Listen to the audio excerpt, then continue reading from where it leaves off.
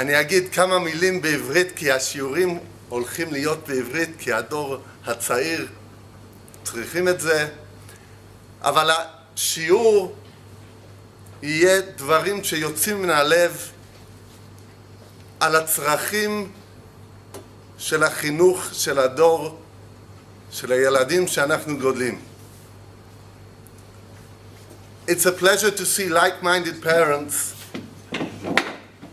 who, as Rabbi Rafi said, don't want to just send their kids through the system, but they're looking for something unique and something special with which to give their children,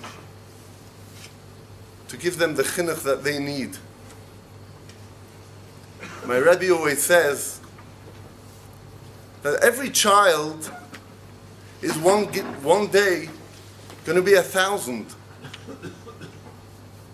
When we think of it like that, then every move we make with our child, every good word, or chas v'sholom, the opposite, is going to affect not only this child, the 1,000 people, the descendants, the children and grandchildren who are going to come after him. I feel very confident and passionate in working with the dear Rosh Yeshiva, Reb Simcha Shlita, who has a tremendous sense of purpose, is very well thought out, and insightful with great leadership qualities. And above all, a huge, beautiful, and pure neshama that is bursting forth with a drive to be mechanech, the children that we have and we want to bring up. It's also been a privilege to work with Rabbi Rosenstein. His passion, drive, and professionalism, and his Ahavas HaTorah are going to make this Moised HaTorah go very far. What are our goals and my goals in Mitzvah Hashem as a Rebbe v'siyata d'shmaya? Reb Chaim Shmulevitz writes that the reason why the Golus only started after the death of Yaakov, Yosef, v'chol hador hahu, is because until that point, Klal Yisrael felt so strong with themselves, such a gaiva in being children of the Shvotim, grandchildren of Yaakov Avinu, that the Mitzrayim were scared to touch them. They exuded such confidence that the Mitzrayim did not start, and the Shibud did not start until that whole generation had passed away. If a boy feels good about himself, he feels strong with himself in his avodas Hashem, in his learning, he will be able to achieve and fend off every challenge in life, from his own Mitzrayim, from his Yetzer Hara, and from anything that he will come into his face during his life. He will grow into an asset to Klal Yisrael and a confident member who will inspire others in the future. So you're going to tell me you're worried about Gaiva? We're going to bring out the Doir of Bali Gaiva? So Rav Twersky says, don't worry about Gaiva. You can never give in today's generation your child enough Gaiva. If you need somebody even greater, the Heilige Alshich HaKodesh, he writes on the Pasuk, Hisalelu b'shem Kodshoi. We mahalel ourselves b'shem Kodshoi. With the name of HaKadosh Baruch Hu, we praise ourselves with Hashem's name. How can we do that? What about Gaiva?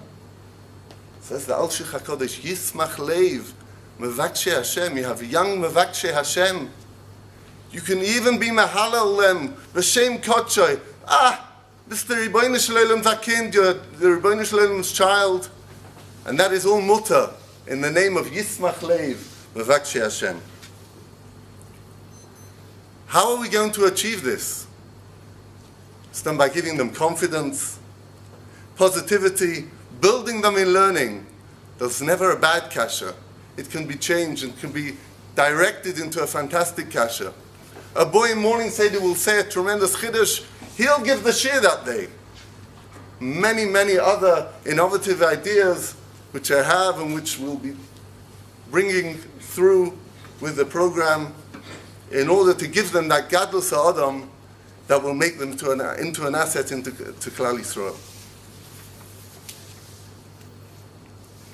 Another aspect that we hope to deal with in Mitzvah Hashem, I'd like to bring out by asking a kasha on the Sedra. Puah was called Puah. Why? She would poo-poo-poo the children. I wouldn't like to be called la la la because I la la la my children. Why was she called Puah? So on Shabbos was nischadish to me in Arzei Arozim Teretz. The Arzei Arozim Teretz is she became the superwoman in bringing children into this world and to looking after them. That's what she was good at. But success breeds success. She was good at that. Everybody looked up to her as being the model midwife. And through that, she became Miriam Hanaviyah. Brought Nevuah to Klal Yisrael. In her zechus was the Be'eshel Miriam. I would like to offer another teretz I heard from the Tolna Rebbe. He said that we only see one pshat in Puah in Rashi, that she used to sing and lullaby the children to sleep. But there are many other pshatim in the Medrash. The Medrash says, Mafia, she would whisper into the ears of children who were born stillborn, and she would will them into life. She would shout to the midwives, come on. She would shout to the women who were giving birth, come on, you can give birth. She would shout to HaKadosh Baruch Hu, help Klal Yisrael. Miriam was a master at talking to everybody on their level. She knew how to talk to her baby. She knew how to talk to her stillborn. She knew how to talk to the Rebbeinu Shalom, and she knew how to give Nevuah to Klal Yisrael.